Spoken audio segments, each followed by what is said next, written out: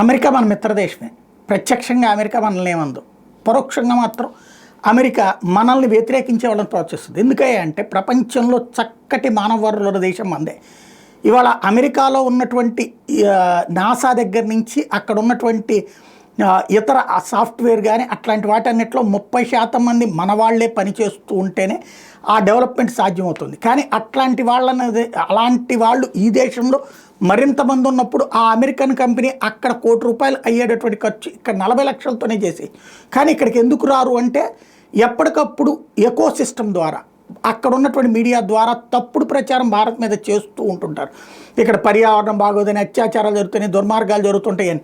అమెరికాలో జరిగే వాటితో పోల్చుకుంటే అందులో 30% కూడా ఉండదు. కానీ ఇక్కడ స్వేచ్ఛాయుతమైనటువంటి వాతావరణాన్ని అనుభవిస్తా వివిధ వ్యవస్థలు చేసే దుష్ప్రచారం. అయితే మన దేశంలో మన రాష్ట్రాల్లో ఉండేటువంటి మీడియా కంటే కూడా అంతర్జాతీయ మీడియా పనిగట్టుకుని భారత్ మీద విషయం చెబుతూ ఉంటుంది. అందులో BBC, CNN లాంటి చాలా సీరియస్గా పాత్ర పోషిస్తుంది. CNN కొంచెమైనా బెటర్, కానీ BBC నిరంతరం ప్రతి అంశంలో విషయాన్ని చెబుతూనే ఉంటుంది. లైక్ కుంభమేళా లాంటి చోట్ల ఒంటి మీద బట్టలు లేని నగ్న సాధువు అని కూడా చెప్పలేదు, నగ్న వ్యక్తులు బూడిద రాసుకుని వచ్చి స్నానం చేస్తారు, ఆ స్నానాల్లో మునగడానికి హిందువులు పరితపిస్తుంటారు అని రాసుకొచ్చింది. అదే సందర్భంలో న్యూడ్ డ్యాన్సులు చేసుకునే, న్యూడ్ ఫెస్టివల్స్ చేసుకునేటువంటి యూరప్ సమాజాన్ని మాత్రం అది గొప్ప కల్చర్ కింద చెప్పుకునేటటువంటి దౌర్భాగ్య పరిస్థితి. అట్లాంటి BBC ఎందుకు ఇట్లాంటి విష ప్రచారం చేస్తుందంటే ఎకో సిస్టమ్ ఏదైతే చైనీస్ భావజాలంతో పుట్టి పెరిగి అమెరికాలో సెటిల్ అయ్యి చైనీస్ భావజాలంతో అమెరికా నిధులతో నడిపించే వాళ్ళు ఎవరైతే ఉంటారో USAID, ఆ USAID BBCకి కూడా one of the funding organisation అన్నటువంటి విషయం